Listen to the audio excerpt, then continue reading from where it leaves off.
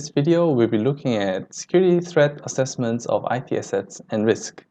So in the past few videos, we looked at how the procedure happens, what are the steps taken, and how to go about doing the management, right? In this video, we'll be looking at what are some particular items that we need to do as part of the threat assessments of IT assets and risk. So let's get started. So in order to assess things, we need to answer some of the key questions, which includes things like how to represent and capture various attack scenarios. Okay, so when we're thinking about when an adversary comes in, there are different attacks that can apply into the system, and the consequences are all different as well. Okay, so what kind of attacks are applicable? Okay, what can they do? How can these attacks be carried out? Okay, and how do we measure their impact on the system? Okay, so those are some of the key questions that we need to understand before trying to go about fixing our vulnerabilities. Okay, so the next question we can ask is how to select the best security solutions and controls. Okay, without understanding fully about our attack surface, it is very difficult to choose the best solution, especially when we talked about all the constraints that we may have. For instance, we may not be able to patch all the vulnerabilities in the system. We may not have time to mitigate some critical vulnerabilities in time, and so forth. Okay, so what is the best security practice for the given attack scenario? What is the best security solution given these constraints will all form part of choosing the best security solution to answer this question. Okay? So to answer these questions, there are mainly three approaches. First one being actually testing it on the real network. Okay, so you actually carry out your security assessment tests, you try the attacks, and then evaluate how secure your systems are on your actual systems and networks. Alternatively, you can duplicate the real network, things like an emulation or a well-built test bed. Then you can analyze that alongside there. And lastly, you can create a model-based security assessment. So you are constructing a conceptual model of your systems and networks and carry out a security assessment on that. Okay. But of course, these are just the three main approaches. There may be some other approaches that are applicable depending on the scenarios that we're dealing with. Well, doing on number one, it's you get a very realistic results. However, it can be very time-consuming, and it will result in disruption of service.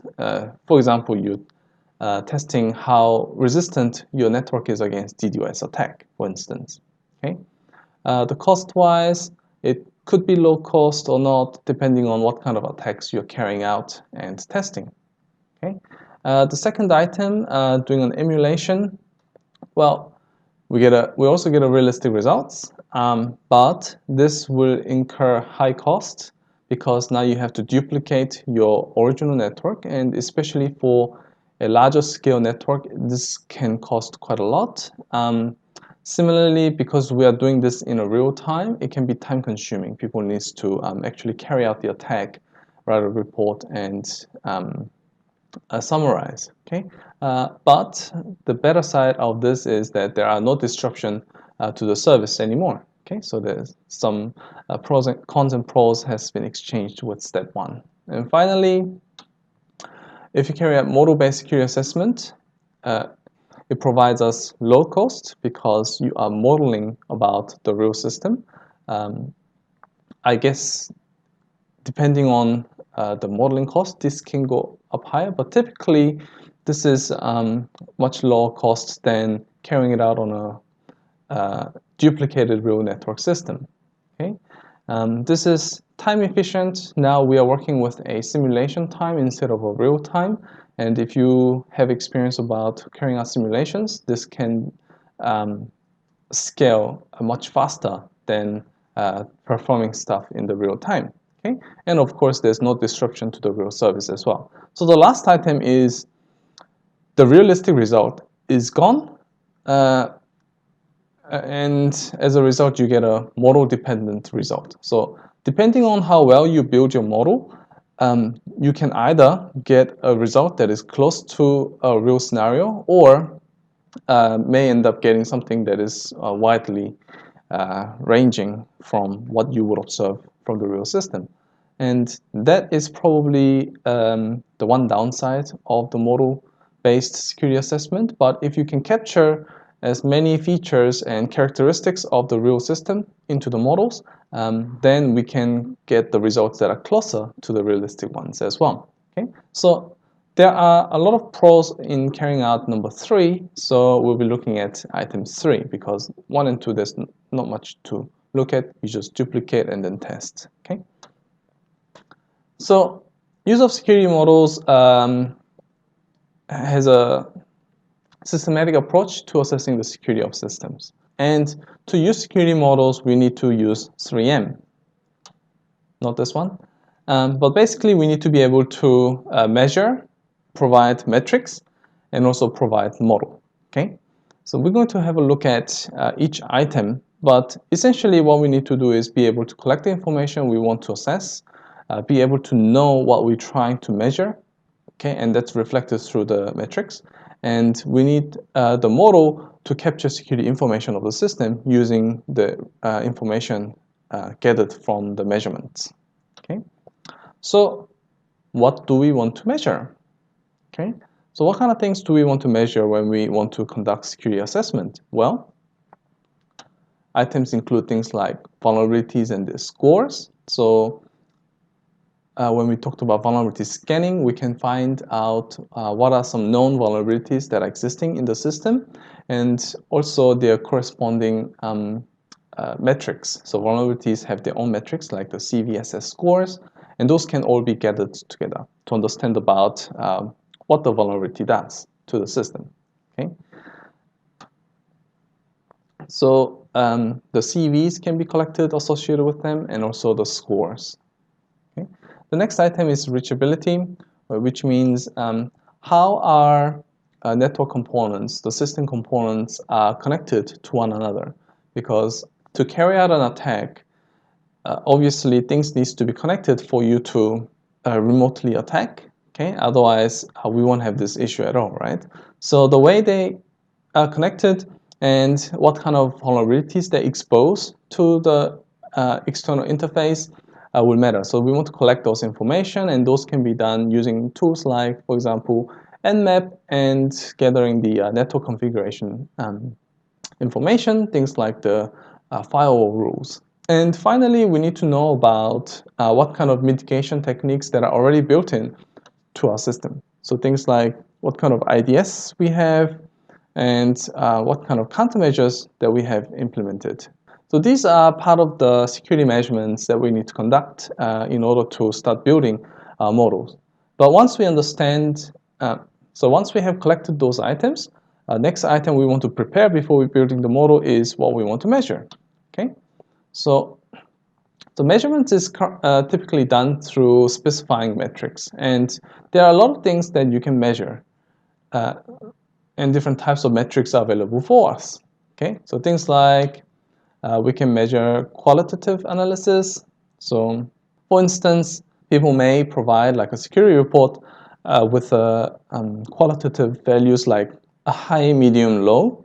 Okay, so it's not a value-driven analysis, but it's just a guideline as to how secure things may or may not be. Okay, and things that falls into these categories like min cuts and importance measures, all of those can be a qualitative analysis. But we also have a quantitative analysis of security assessments, things like what is the probability of an attack success. Okay, and that can be calculated as a whole, not a whole number, but actual value, like a decimal value out of it. Okay, and there are a bunch of other metrics that we can use to calculate and represent with the value. Okay, and all of those metrics can be useful to understand not just about the security posture of your system, but also later when you carry out some security enhancements, you can compare before and after as well. Okay, and in addition, If there are some other systems that you are managing, you can compare relatively how secure the systems are between different networks.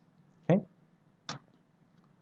And those metrics can be categorized into different aspects. So things like host-based or network-based, with probability, without probability, and so forth. Okay?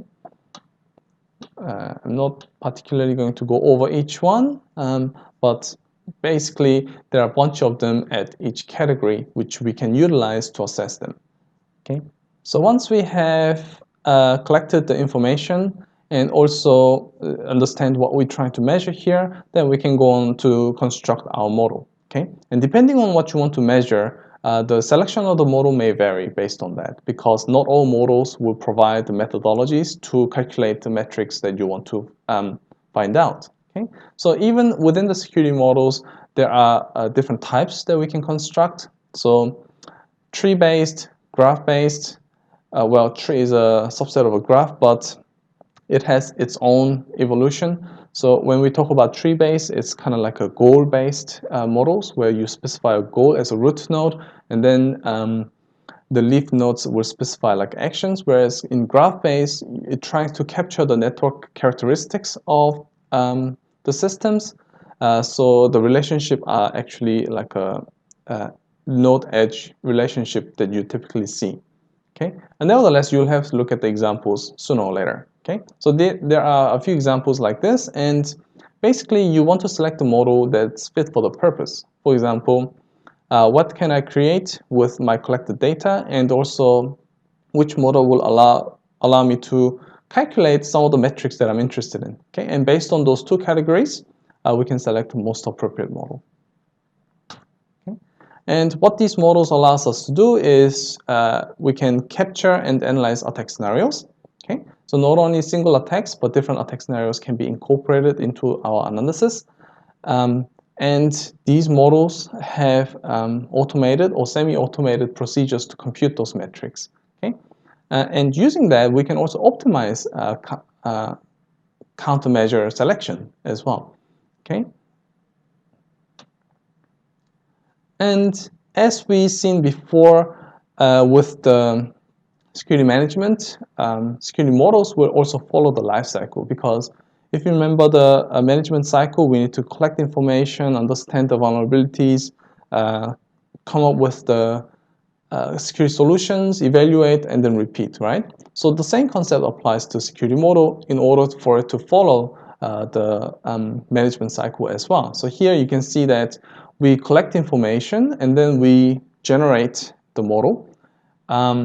There's some representation of visualization and storage. So the first three stages is like information gathering and building, and then we move on to using the model to evaluate. So this is where the analysis happens with the inputs from the metric, and then we apply those changes after the analysis to the network, and then this comes into the cycle. Okay. So now we're going to have a look at examples. And two most popular examples are attack trees and attack graphs. So we'll start with attack trees. Okay. So what attack trees allows us to do is describe security of system and subsystems. Okay. It also specify and decompose attack goals and steps to achieve it, evaluate the severity of different vulnerabilities in the system, and helps making decisions to improve security. So what it enables us to do is overview of how the security are related based on the security goal that we specify, and visualizes conceptually about how different attack scenarios can be used to achieve the specified attack goal. Okay, so the way it's structured is, as you could imagine, a tree structure. It represents the attacks and countermeasures as a tree. Okay, the root node is the goal of the attack. So in any tree models, we always have the root node being the goal of the attack, and the leaf nodes will represent an atomic attack. Okay, and those atomic attacks can be joined together to construct and more complicated attacks that later can be used to satisfy the goal of the attack. Okay, And typically we use the logical gates to connect different attack events. For instance, the simplest form of logical gates can be the AND gates or the OR gates. And it just tells us whether you need all of those atomic attacks to realize higher level complex attacks, or any of them can be used to achieve that. Okay, so let's have a look at an example. So here the attack goal, the ultimate goal, is to gain access to users' personal information, and that's what the attacker would like to do. Okay, and to achieve that, for this instance, we have 4 different scenarios. Either gain direct access to the database, log in as the target user, hijack the session, or passively intercept personal data. Okay, and these sub-goals will be realized based on the system characteristics. So that's based on the information gathered through the measurement phase. Okay, and each of those boxes can be decomposed further until we identify those atomic attack events. For instance, login as the target user can be either achieved by brute force login or stealing user credentials, and brute force login will require identifying the username and identifying the user password.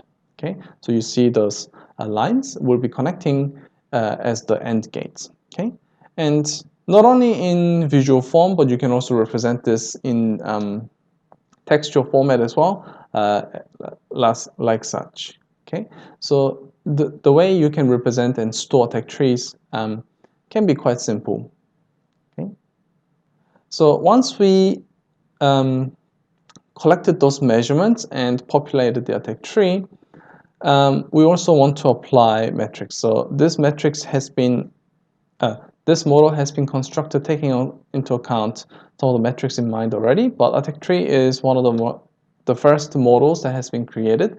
So it provides mechanisms to calculate various metrics as well. So for example, we'll have a look at Boolean, continuous, other, and combined metrics, like whether the attack is possible or not possible, possibly some monetary value or time taken to compromise, probability, impact, risk, what is the cheapest attack with the highest probability, etc. Okay, so let's have a look at the first example, the Boolean. Okay, so here's an example of a Boolean type, whether the attack is possible or not possible. So click, is the attack possible or not possible? What do you think? Okay, so if you just calculate possibles or not possible, taking into account using AND gates as well, AND and OR as OR, then you can calculate that as such, and you realize that this attack is possible through the root in 1.2 and 1.2.2. Okay,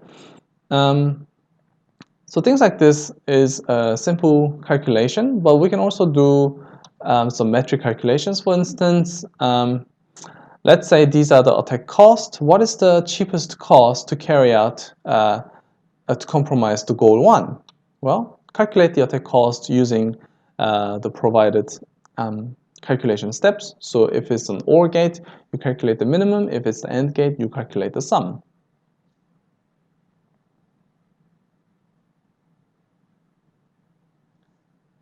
Okay, so if you have successfully carried that out, you'll see these numbers attached to these boxes, and ultimately going through 1.3 and down to 1.3.1 will be the cheapest option in terms of attack cost. Okay, and a lot of these different analysis can be carried out to compute different metrics, to overview how secure the system is and what kind of things we need to protect. For instance, if we are concerned about attackers trying to use the cheapest cost, we'll try to provide mechanisms to protect the system, the users being hijacked for their sessions. Okay, so this example you can see quite simple, but obviously when you apply these concepts in real systems, it gets more complicated like this. Okay, even this one is actually quite a small network example. where it only has a very handful number of nodes. But because each node comes with a multiple number of vulnerabilities, the attack scenario can get complicated quite quickly. Okay, so computation becomes more complex when using different types of gates for joining leaf nodes. So previously we only used AND and OR gates, but there are sequential AND, K out of AND gates, etc. And the computation can be a bit more complicated than what we had before. And there are many variants of the attack trees, like the protection trees, defense trees, attack countermeasure trees, attack defense trees, and so forth. And many of them will come with the tools. So you don't really have to construct them again, but you can use their tools. So there are tools like CMonster, Attack Tree Plus, Security Tree. I don't even know how to read that one. And Attack Navigator. All those tools provide you the means to construct models based on the data you have collected about your network systems. Okay, so here's an example of attack tree exercise, but what I'll do is just leave that for you to try, and you can send your solution to me for me to check and confirm. Okay, otherwise we'll move on to attack graphs. Okay, so we've seen attack trees are goal-oriented. We construct our models based on the goals and decompose the goal into atomic actions to achieve that. Okay, attack graph is similar, but what it's like to do is map out all the relationships between different network components. Okay, so unlike attack trees, attack graphs may have cyclic dependencies or merged states. Okay, so state transition information, order of events, all of those will now matter in attack graph, whereas in attack trees, we only look at how things can be achieved. Okay, so let's have a look at an example. It makes it much easier. So here is a 2-host 1-attacker scenario where this attacker have connection to both user 1 and user 2, and there is a link between user 1 and user 2. Okay, and such vulnerabilities have been identified for each user, so the attacker can exploit those attack scenarios. So if we map out such relationship between the attack and the vulnerabilities, we get something like this. Okay, so here you can see that it's state-based rather than goal-based. Therefore, you may end up with like cycles. So you can see that, for instance, once you gain the user privilege on user 1, you can do a remote shell from user 1 to user 2, which allows you to go to user privilege on user 2. But here you can come back doing the remote shell and coming back to user 1 and so forth. Okay, so this makes a lot of sense in terms of like user 1, the attacker can compromise user 1 first and then go to user 2, or vice versa. But when it comes to the analysis, those cycles actually makes it a lot more complicated and a lot of states to enumerate. Nevertheless, we'll get to that. So similar with attack trees, there are a lot of variants of the attack graphs as well. So like a logical attack graph, Bayesian attack graph, multiple prerequisite attack graphs, and so forth. And there's quite a lot. They all have different features and different new metrics that you can compute with them. And also there are a lot of tools that you can use to construct attack graphs like NewSMV, RedSeal, Skybox, Cauldron, SciGraph, just to name a few. Okay, so you don't really have to construct them yourselves, but use those tools to construct them. Okay. Okay. So what type do you use? Well, different models will provide different features. So this will really depend on what you're interested in. So some factors include what metrics can I use? How efficient is the security assessment? Okay, how quickly can you compute those using those models? What tools are available? What type of attacks can it model? And so forth. Okay, all of those considerations will come into play when you select appropriate model for you to calculate. For instance, you may only be interested in, okay, what is my return on investment when I'm trying to implement different defense capabilities. Then you might choose defense 3, for instance. Okay, and there are many other models that provides its unique features. So those can also be taken into consideration when you decide. Okay, and the choices are limitless. There are a lot of models that are available nowadays. It did start with introduction to attack graphs and attack trees long time ago, and people have extended that and created new models for us to use. Okay, so you see this complicated mapping between different models, and it's just showing us what model is a successor and predecessor of what. Okay, so this graph is generated in 2017, and as the time passes, there will be newer ones coming out, successing some of those ones and providing better capabilities. Okay, so why are we keep making new models when we can already calculate things? Well, there are limitations to these models, which includes scalability issues. So if you think about the computer networks 20 years ago compared to now, well, we have technologies like cloud computing, SDN, IoT, and a lot of those computing technologies now encapsulate a large-scale distribution of computers and components and how they're connected, right? And those models back in the days didn't really consider those, and therefore they have the scalability issue. They can't really capture the full information and be able to evaluate security within a practical time. Okay, so just think about this. You have a fully connected network, and you're trying to calculate all possible attack paths from one end to the other. And if you study some graph theory, you'll instantly know that's a n factorial computation time. So this is not feasible in practical time to do so. Okay, and there's also a dynamic adjustment or adaptability issue. So when you think about, say, the cloud computing, virtual machines come and go quite freely depending on demand, and these models are quite static in nature. So we need to be able to update them over time, so taking into account the spatial-temporal features of our systems and incorporate them. And also automating security decision and countermeasure selections does require intelligent security decision making and real-time adaptation and deployment of security solutions. This can be improved further. Currently, it's based on the single snapshot of the network and you can make decisions, but by the time you calculate that, your network may have changed to some other states and your solution may no longer be the best one. Okay, so there are various ways to address these things, like to address the scalability issue. This is where a new modeling technique comes in. So you create a new model that enhances the scalability feature, like using hierarchy models, right? But you can also implement like efficient generation and evaluation algorithms, so you can still use the existing one, but you have the better algorithms to calculate those. And maybe there are some other approaches like subgraph evaluation, parallel computing, and all those can be used. For the dynamic adjustment issues, we can capture dynamic changes using the model. So things like temporal graphs allows us to capture those changes in states over time.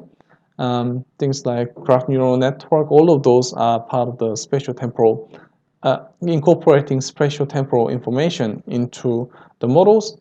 Real-time change detection mechanisms, we can incorporate real-time IDS, system loggings, etc. as part of the modeling and analysis, and also develop dynamic security metrics for evaluations. Okay. And for the automation issues, we can develop intelligent security analysis modules. Okay, so things like use of AI machine learning that can learn how optimal security decisions can be made, because we have that scalability issue that gets passed on to calculating the countermeasures, optimal countermeasures as well.